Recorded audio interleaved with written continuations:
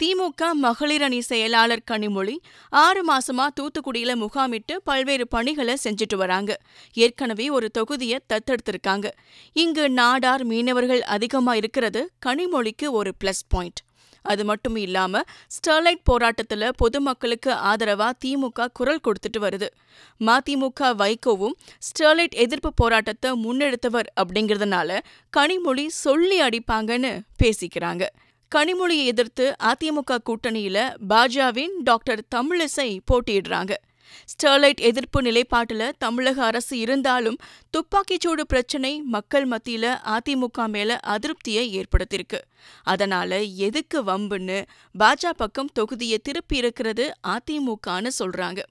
உண்மையாவே இந்த தொகுதியில தமிழிசை ஜெயிச்சா பாரதிய ஜனதா மேல மக்களுக்கு செல்வாக்கு இருக்கா இல்லையான்னு சரியா தெரிஞ்சிடும். யார் கேள்வி கேட்டாலும் அசராம கவுண்டர் கொடுக்கும் தமிழிசைக்கு தூத்துக்குடி கை கொடுக்குமா? பாப்போம்.